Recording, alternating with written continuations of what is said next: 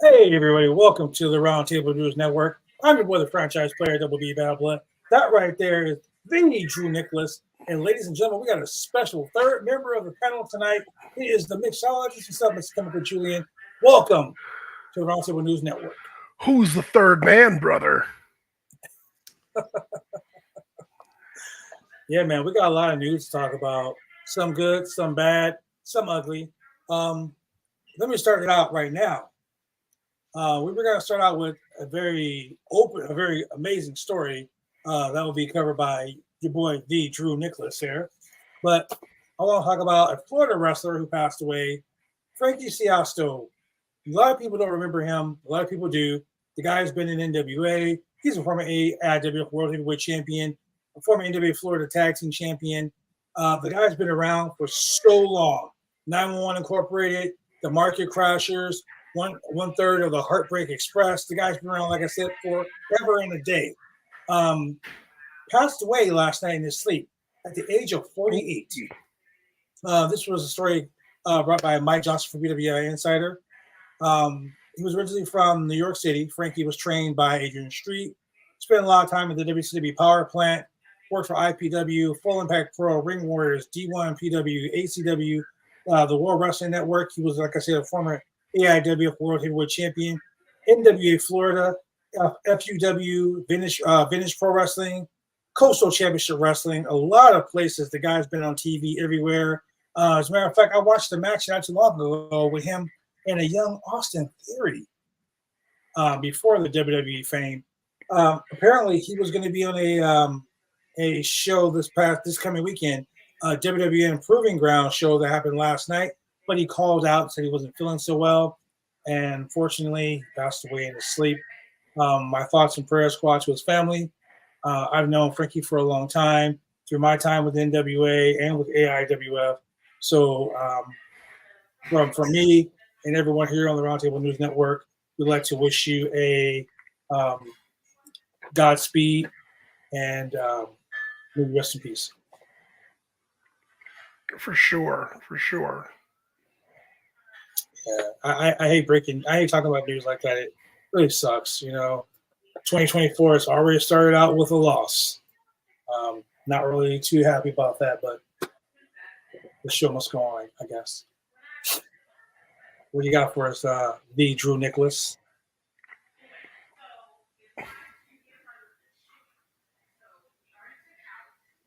I can't hear anything you're saying, Drew. Yeah, sorry. I thought it was just me. Right. I muted to cough and I forgot to unmute myself. So I think that the first big story of the week we need to touch on is Seth Rollins. As we know, yesterday, the popular Twitter account WrestleVotes, which seems to get some news right, they're getting some stuff. They have some sources within the wrestling world. They tweeted that they were told that Seth would be addressing his health and future as World Heavyweight Champion this coming Monday on Raw. Now, of course, Seth Rollins sustained an injury in his match against Jinder Mahal last week, I believe it was. And he was pulled from all live events, which is usually not a good sign. Sean Ross Sapp yesterday reported on Twitter that Seth sustained a torn MCL and a partially torn meniscus. The Wrestling Observer newsletter noted Seth Rollins versus CM Punk, as of right now, is currently confirmed as the WrestleMania plan. However, since Rollins is going to be opening the show on Monday, that may end up not being the case anymore because he could potentially be relinquishing the World Heavyweight Championship. So here's a question. Given his injuries, how long is he slated to be out of action? Well, as someone that has a meniscus tear in my left knee, doctors told me 6 to 8 weeks. So we all know that WB doctors are better than yours. So he should probably back in Facts. 4 to 6 weeks. I mean, we all remember when John Cena was out injured so many years ago, and he came back to the Royal Rumble like months ahead of schedule. I don't think that Seth Rollins is going to half-ass his rehab. He definitely doesn't want to miss a WrestleMania payday, and definitely one of the hottest angles that could be out there is Seth Rollins defending this championship against CM Punk. CM Punk has often complained about never having his WrestleMania main event, and quite honestly, I'm positive this was part of the conditions of his resigning, that he get a WrestleMania main event. The idea is that Punk wins the Rumble, either wins the Rumble or wins Elimination Chamber. I mean, there's several. I hate to say it, there's several roads to WrestleMania, but I really think that Seth Rollins versus Punk is the more interesting angle than Punk versus somebody who was given the interim title. Hey, I'm going to put the title on Jinder Mahal and have the Scottish Psychopath do a run in to help him, followed by the one-man rock band. Protect the champ, baby, protect the champ. So, but seriously, I think that Rollins is going to do everything in his power. Even if he's at 85%, he's going to do everything that he can to get to that WrestleMania main event. So, BJ, you said that you have a torn meniscus right now. Yes. And they gave you a 6 to 8 week timeline on that. Now, I'm not. Yep. I'm not very aware of injuries and how long it takes and what the process is. Now, he doesn't only have a torn meniscus; he also has a torn MCL. Okay, so that makes it even worse because the meniscus is on the outer side. The MCL is on the inner side of your knee, the inside, the outer part and the inner part of your knee. So that's a double whammy. I've never had, knock on wood, an MCL tear. Thank God. I know a lot of people that have been out for months or something like. I mean, Dakota Kai. That's the same injury she had. Oh yeah. And she still hasn't been active in a ring. She's at ringside, but she hasn't been active in a ring. Correct. Maybe in house shows. So, I mean, shots. What's her name? The shiniest wizard girl. What's her name? Natty's tag team partner right now.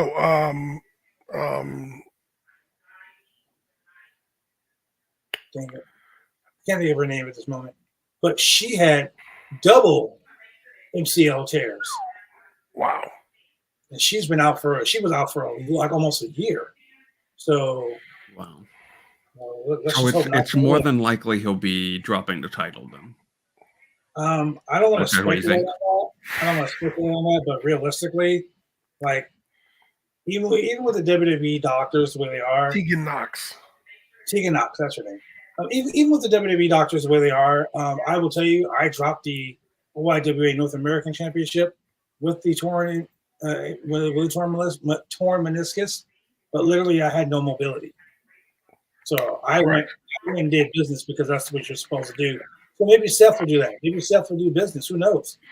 Yeah, unfortunately, much like when Randy Orton, his back was so messed up. I mean, the whole reason he was tagging with Riddle was just so Riddle could do all the work and Randy could come in, hit an RKO, just protect him until it was time to actually leave and get the work done.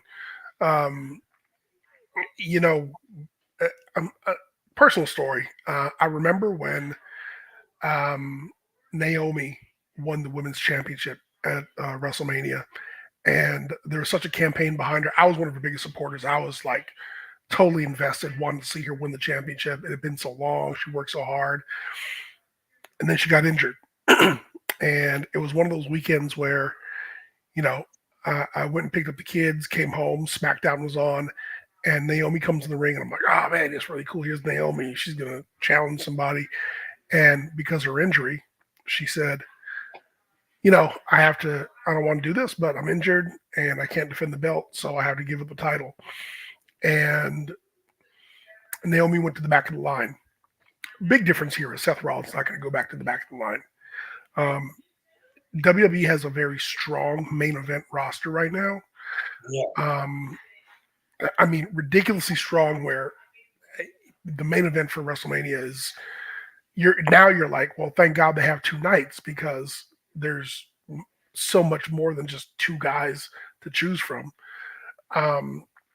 So, I mean, I think Seth will jump back in the mix. But if he relinquishes that title, man, talk about rolling the dice. I mean, literally anything could happen in Mania, much less the Rumble. Anything could happen. Right. That could affect the winner of the Royal Rumble. Because if it was CM Punk, he was going to pick Seth Rollins. Now, does that mean that somebody else wins the Royal Rumble? Does that mean that somebody... Yeah, I mean, in a sense, there are a lot of people... There are a lot of championship caliber wrestlers in the WWE right now.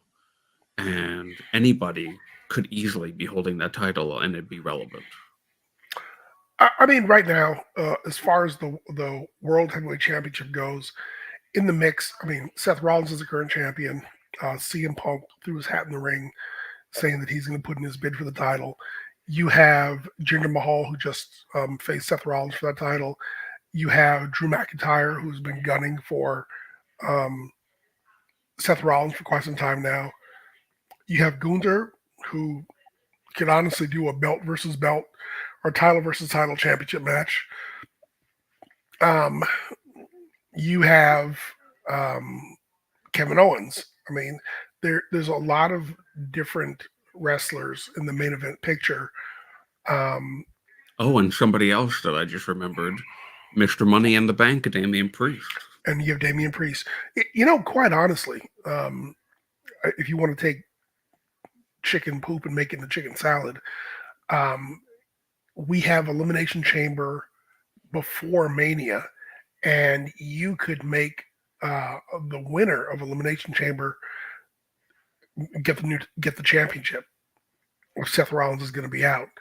And considering how Elimination Chamber's in Perth, Australia, and you're going to have, is it 5 people in Elimination Chamber or 6? I think it's 6. Yeah. So if you have 6 guys in there, all going after the championship, it would make it hella exciting, and it would be, it would be a coin toss for who are we going to crown as the new champion.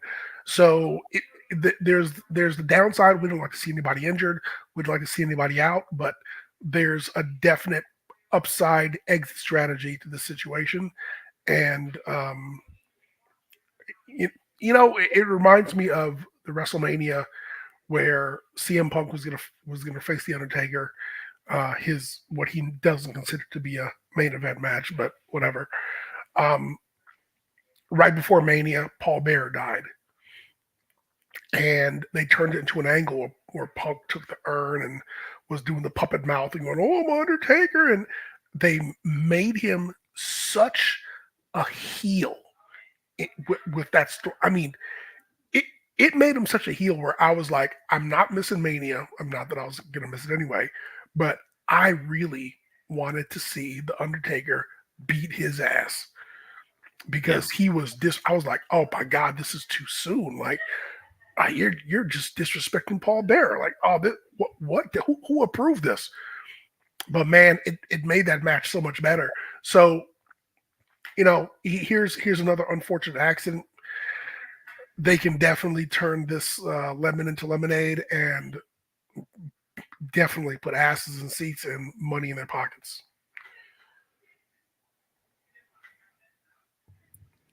Yeah. So the next story that we can talk about is, of course, Kazuchika Okada leaving New Japan Pro Wrestling. This was a crazy thing that nobody really saw coming. Correct. On Thursday, New Japan Pro Wrestling announced that Okada would be leaving the company after his contract ends on January 31st of this year. Fightful Select reported that Okada met with New Japan Pro Wrestling officials, and it was clear they would not come to terms on a new contract, but the departure is amicable, and there doesn't seem to be any ill will towards them between the two of them. So, I think Bad Blood is frozen. Or are you there? Yes, he is, and he's gone. And he's gone. So So that was a shocking thing that nobody really saw coming, because I'm not really a New Japan guy. The most I've seen of New Japan is Forbidden Door, honestly. But when you think of like people who are lifers of certain companies, it felt like Okada was a New Japan lifer. So man, that was really surprising to me. What'd you think of that, Julian? So here's the thing. A few years ago, I started watching New Japan Pro, the website, and I was watching. I caught like Wrestle Kingdom. I caught some of the J Cup and all that. And Okada in Japan was he was over like Rover. I mean, this guy. I remember his match with Kenny Omega. I've seen his match with Bryan Danielson. In Japan, Okada was just Hulk Hogan style, over the top. When he came to Forbidden Door, it just wasn't the same. And I don't. I mean, I get it. He wasn't cutting promos. He wasn't. He wasn't really. People didn't really know him. Like you were saying, unless you watched New Japan, you don't really know the guy, know his move sets, and know just what a great wrestler he is. And it's the same thing when I watched New Japan and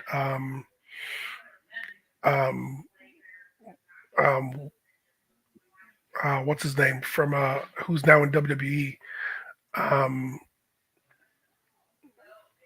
Oh, geez, what's his name? He was just wrestling.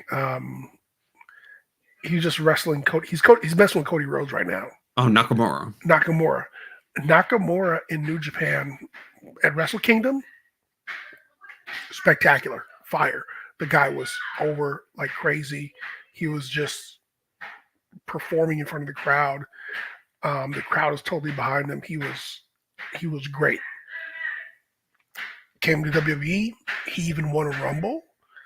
And I expected something different. And while he's good, he just never went over the top like he did in New Japan. And so if Okada came to WWE, I wouldn't want him to fall into that same pattern. I saw somebody post the other day about Nakamura joining up, like once Bailey leaves Damage Control, Nakamura joining up with Damage Control, and you having this Japanese faction, which I think would be spectacular. And if Okada did the same thing, if Okada joined forces with Nakamura, that would be great. But the Rainmaker is, the guy is just, he's fantastic in everything that he does. Even in Forbidden Door, his match was really great, and I really enjoyed everything that he did. Nakamura, Okada, Kairi, Asuka. What a group that would be. Dude, that's a solid roster right there. Wow. That would actually be really cool. BJ, what did you think about hearing Okada's leaving New Japan? Okay, so Okada, amazing talent, one of the very best wrestlers in the world. Like I agree with what Julian said about Okada being the Hulk Hogan, the Ric Flair, the Sting, Yeah. the Shawn Michaels, and whatever, the Triple H of New Japan. Like he was the guy. He is seriously the the man. He's the man. He was the man. He was the face of the company. Exactly. I mean, Yeah. between Tanahashi, there's so many talented guys. Naito. Yeah, Naito. Like the thing you talked about, Shinsuke Nakamura. My biggest fear is that if he does go to WWE, Triple H is going to market him very well for a few months, and a lot of American people aren't going to get the appeal. But with New Japan's strong ties to AEW, I kind of feel like that would be a better fit for him in AEW. You know what I mean? Like he's already had some Forbidden Door matches. He's quote unquote friends with the Bucks. I can see the Bucks, the storyline with the Bucks now, Sure.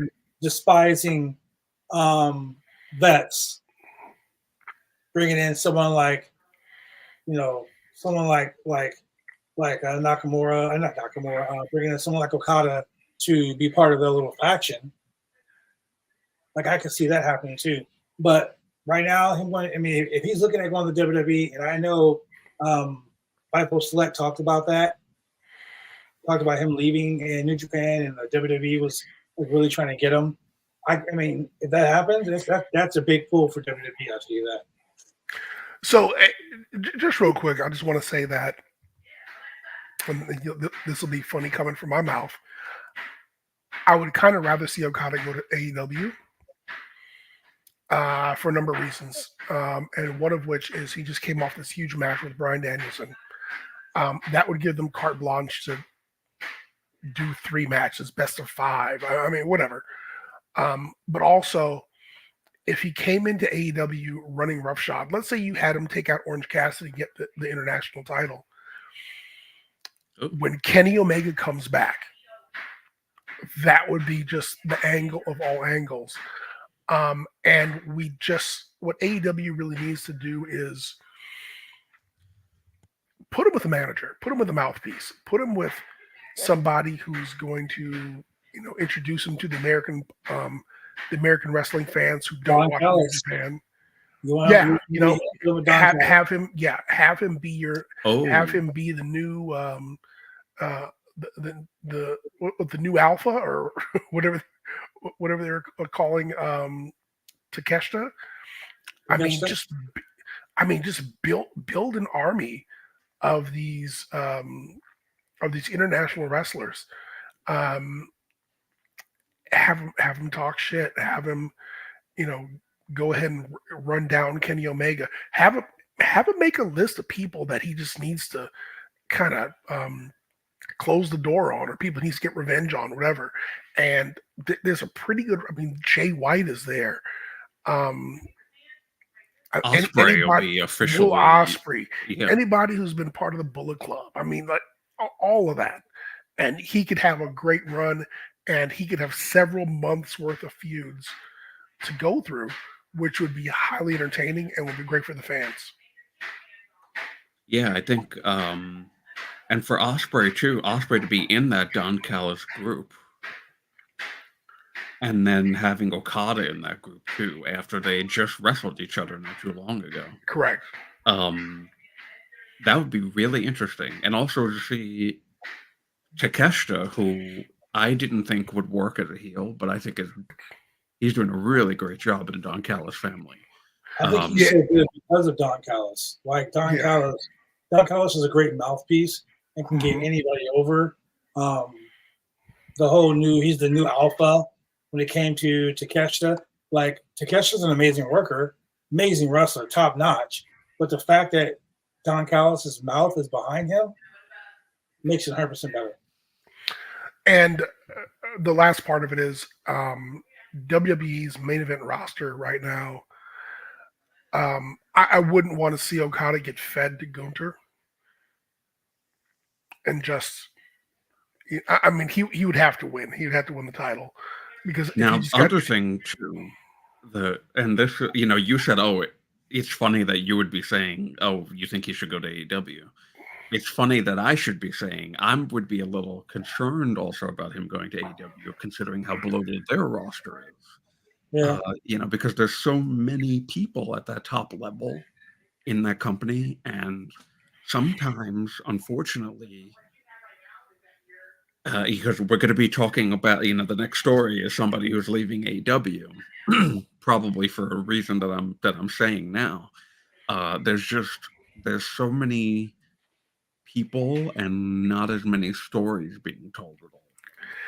You know, the one thing I must say about AEW, I know a lot of people dislike multiple, like a plethora of titles or championships, but this being professional wrestling, having championships gives you something to go after, like a reason for you to be wrestling. Like, yeah, I'm not here just to go to catering. I'm here to be a champion. And so, I mean, there's the World Heavyweight Championship, there's the TNT Championship, there's the Tag Team Championships, there's the International title, there's the Six-Man Championship.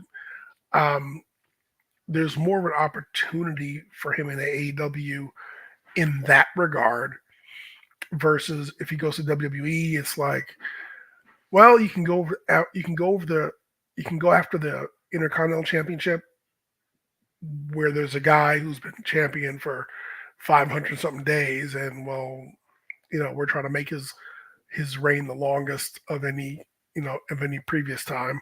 Then there's Roman Reigns. Sorry, not Roman Reigns, because he's going to be going after The Rock, and he's going to be wrestling, Randy Orton or AJ Styles or LA Knight. And then people are going to say, oh, look, LA Knight, someone who came in, now they dropped him back a notch. He's not going to go after the U.S. title. I mean, come on. And and WWE is doing their best right now to get the men's tag team championship stabilized. So, I mean, you're going to pair him with Nakamura and have them go after the tag championships. I mean, that's less of a story than what would be told better in AEW, in my opinion. Yeah, I agree. But wherever he goes, he's going to be a big get for either company. Oh, sure. I mean, he's actually even been wrestling in TNA. What about Okada in TNA? I was just going to say that TNA right now they're doing so much when it comes to bringing new talent. I mean, Nick Nemeth, former Dolph Ziggler, he's there. Like, can you imagine having the Rainmaker versus Nick Nemeth? Rainmaker versus Steve Macklin. Yeah, and that would all be great. And I love TNA. I love their product. I love their shows, their production, and all that. But again, I'm going to say, where do you see them? And it's just about visibility. It's about that time slot. It's about that platform or station that they're on. And I mean, they can pay you a buttload of money. That's great. Okada's going to get paid wherever it happens. And his schedule at TNA would be light, but he's just not going to get the exposure that he probably wants. Now, in the U.S., it's probably a lot bigger exposure than New Japan. That's just a given. But remember, last time he was in TNA, he was dressed as Kato. Yeah, I don't want to see that again. I don't want to see that again at all. Like that was not good. Yeah. So I get what you guys are saying. I totally understand. 100% behind it. Yeah. So what do you got? What else you got there?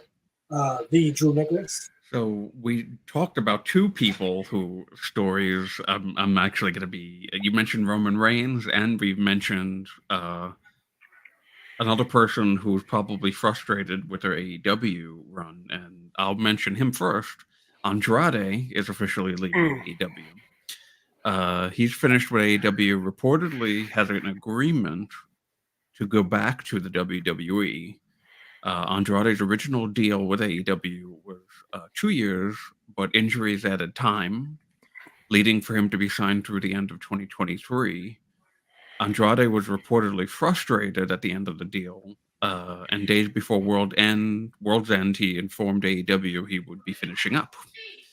So WWE has not confirmed yet that Andrade is heading back to the company, but it is looking likely that he's going to end up there. Now, of course, we know that his wife, Charlotte Flair, Mm-hmm. is in the company, and she's injured right now. But I think that, and of course, he lost his match against Miro at World's End. I was there at that show. Where, of course, CJ, the former Lana, Miro's wife, ended up turning on Andrade to go back with Miro. And she's also dealing with like a finger injury too. That thing it looks gross. Yeah, it does. I mean, but we hope that you're doing well. Yeah, I hope she gets a whole lot better, because that, you know what, you always hear wrestlers talk about the germs on the mat, if you will, and the fact that she was slapping the side of the ring and a splinter, jammed into her finger. I can only imagine she's probably got hepatitis A, B, C, D, E, and F. Ouch. I hope she gets better. I hope that heals up. I hope she recovers from this. Yeah, so we all know about those diseases. We watch really awful wrestling every Friday night. Oh my God! Yeah, and those spreading aplenty in those matches that we watch. Man, you know what? It's funny. You mentioned Miro, and man, I enjoyed Rusev in WWE. Dude was over like crazy, and why they just couldn't work that out is beyond me.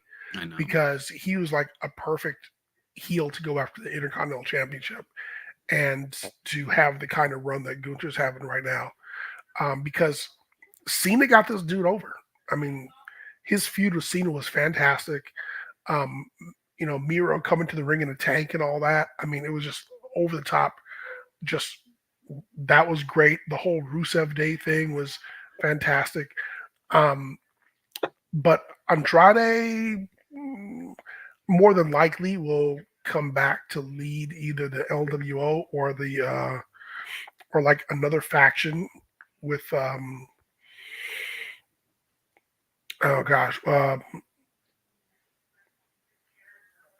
forget the guy's name, or the tag team's name, but he come back and do that, or he can just return and go after the Intercontinental Championship. He can go after. Are you talking about Humberto and Angel Garza? Yes.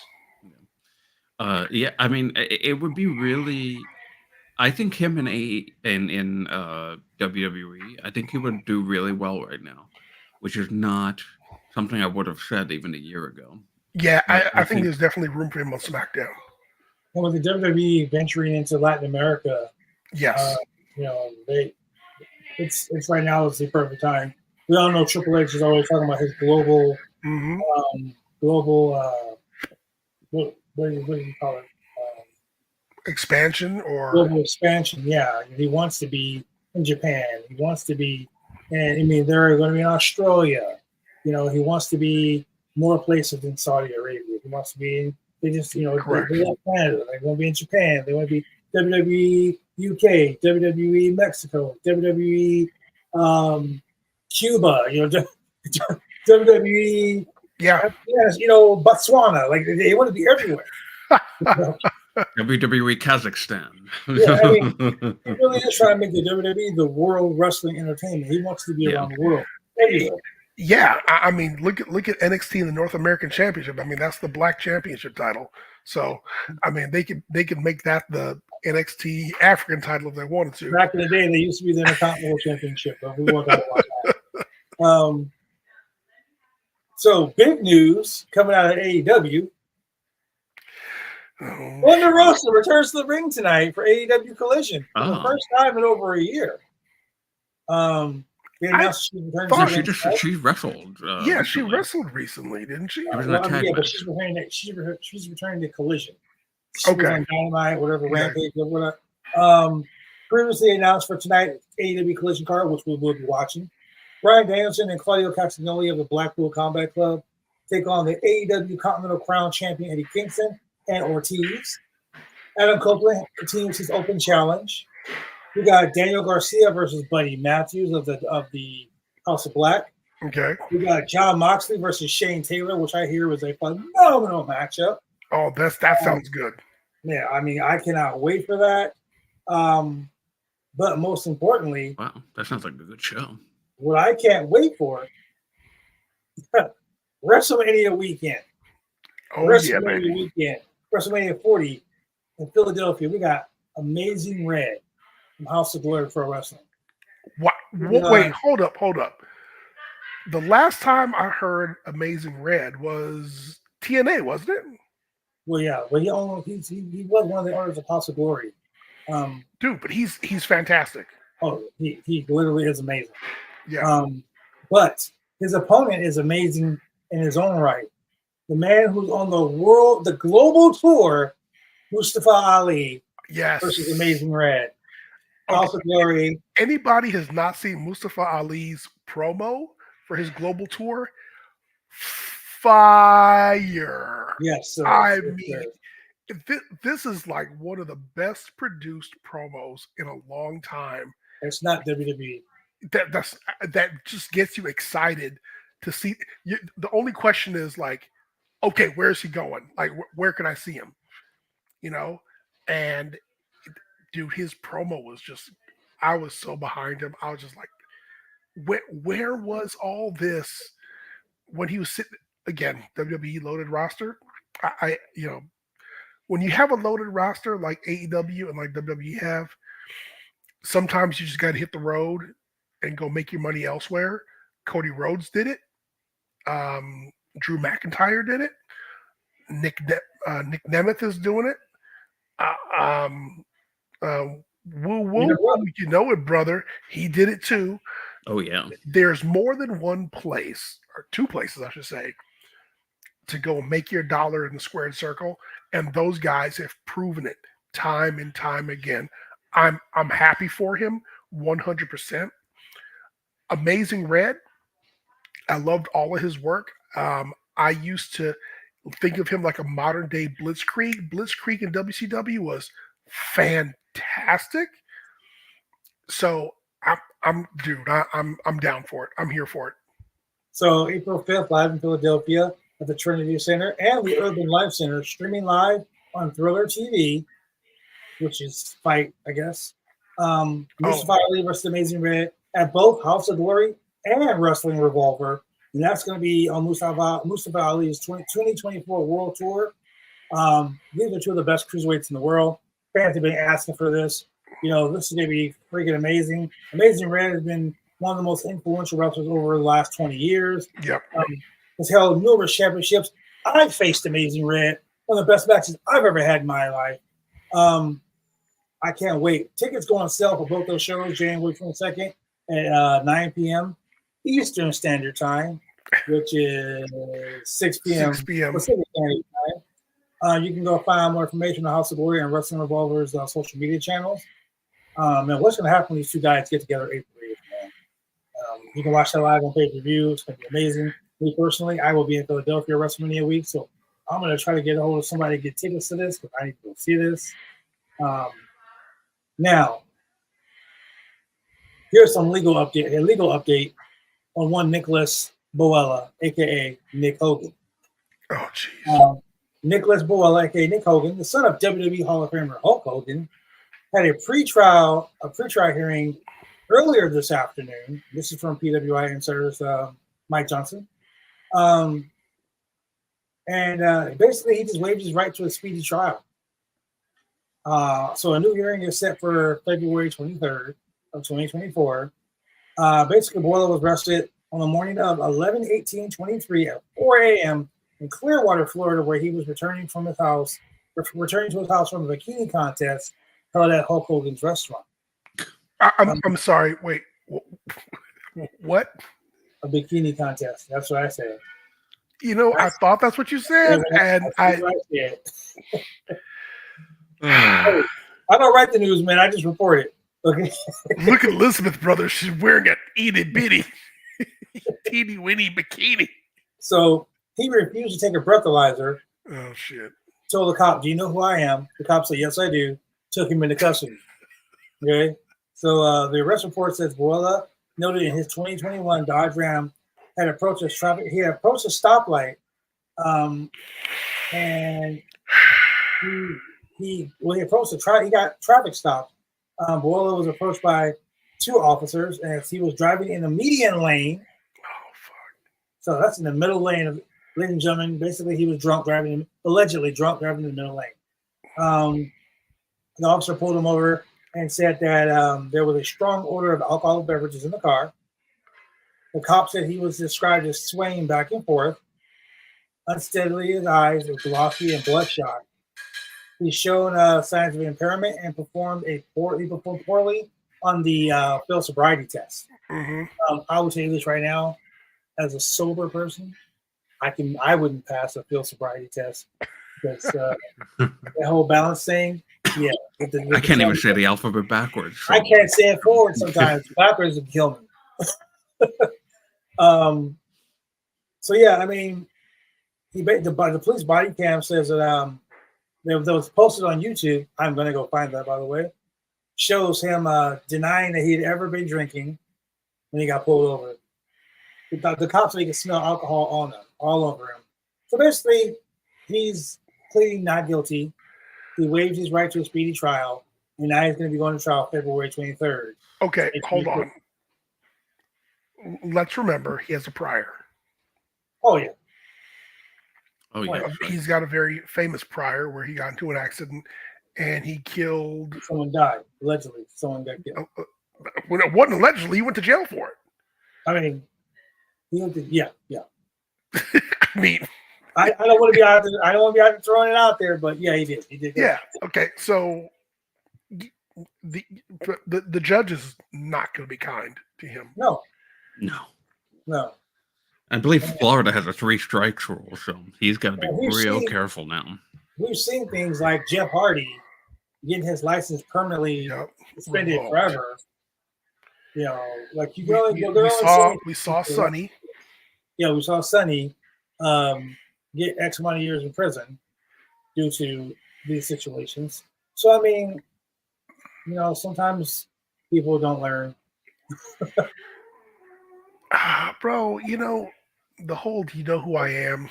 I mean, that's such a tacky, stupid thing to say. Not only that, but because you went to jail previously for similar circumstances, do you know who I am? Oh, yeah, we know who you are.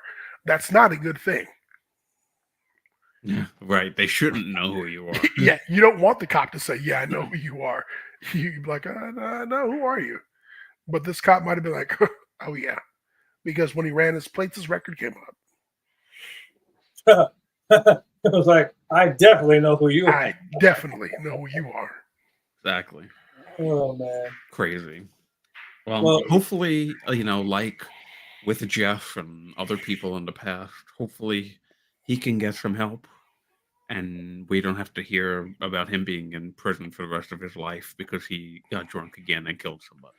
So, yeah. I mean, I hope and pray that he does get some help. It's a bad situation, man. It's a bad situation when you put yourself into something like that. It's an even worse situation when it happens again and again and again and again. Yeah. So now I have one more story that I wanted to touch on.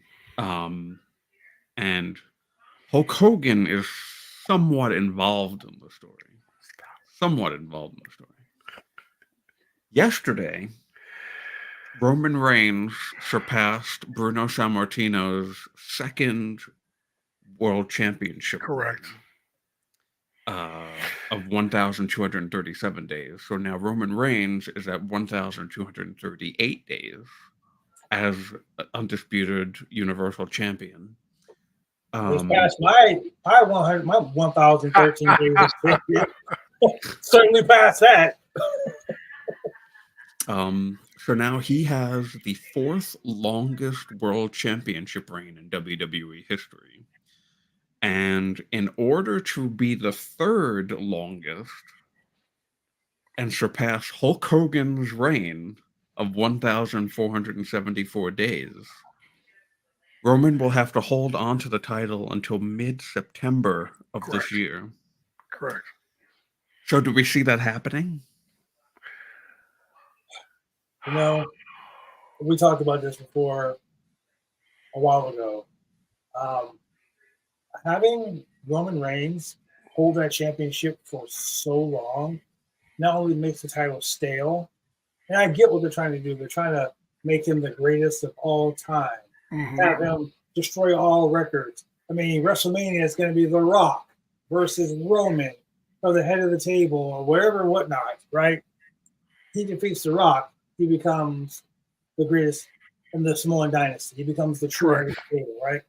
But surpassing Hogan, surpassing Backlund, surpassing this guy, that guy, the other guy, these many guys, Pedro Morales. Like back in those days when Pedro Morales and Bruno Sammartino were champions, they weren't defending the title once every 6 months. Correct. They were defending the title like damn near weekly. But the difference, or at least was, once a month. But the difference was when they were defending the title, it was in a very specific territory.